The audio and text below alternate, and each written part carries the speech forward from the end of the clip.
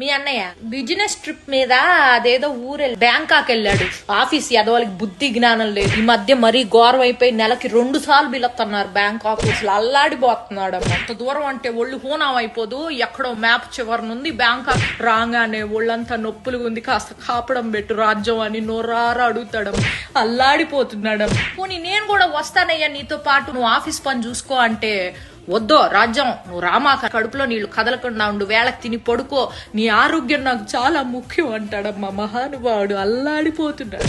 ఓ రోజైతే అర్ధరాత్రి పూట ఆఫీస్ నుంచి పూజ అనే అమ్మాయి ఫోన్ చేసి నువ్వు ఉన్న పళంగా రావాలి అర్జెంటుగా అని చెప్పేసేసరికి మనిషి ప్యాంటు చొక్కా వేసుకొని గబా గబా గబా గబా బయలుదేరిపోయాడమ్మా. తెల్లారొచ్చాక తెలిసింది ఆ పూజ అనే అమ్మాయి ఫోన్ చేయకపోతే ఉద్యోగం కాస్త ఊడిపోయేది. అల్లాడిపోతున్నాడమ్మా మనిషి. అసలు ఏమైంది తెలుసా, నేను పుట్టిన నుంచి వచ్చేటప్పటికి ఇంట్లో ఒక అమ్మాయి ఉంది. నన్ను ఎవరండి ఈవిడే అని అడిగేసేప్పటికి అర్బన్ క్లాప్ నుంచి పిలిపించాడంట నన్ను సర్ప్రైజ్ చేయడానికి, ఇల్లంతా క్లీన్ చేయించి.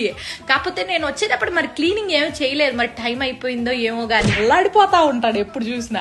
చింటూగాడి క్లాస్ టీచర్ తోటి 24 గంటలు ఫోన్ మాట్లాడుతూ ఉంటాడు. వాడికి ఎలా చదువు నేర్పించాలని చెప్పి సలహాలు ఇస్తా ఉంటాడంట. 1-2 సార్లు ఇంటికి కూడా వచ్చింది అనుకో. మన ఇంటి కింద లేదు 4 కాలేజీ అమ్మాయిలకి అద్దెకిచ్చాడు మీ అన్నయ్య.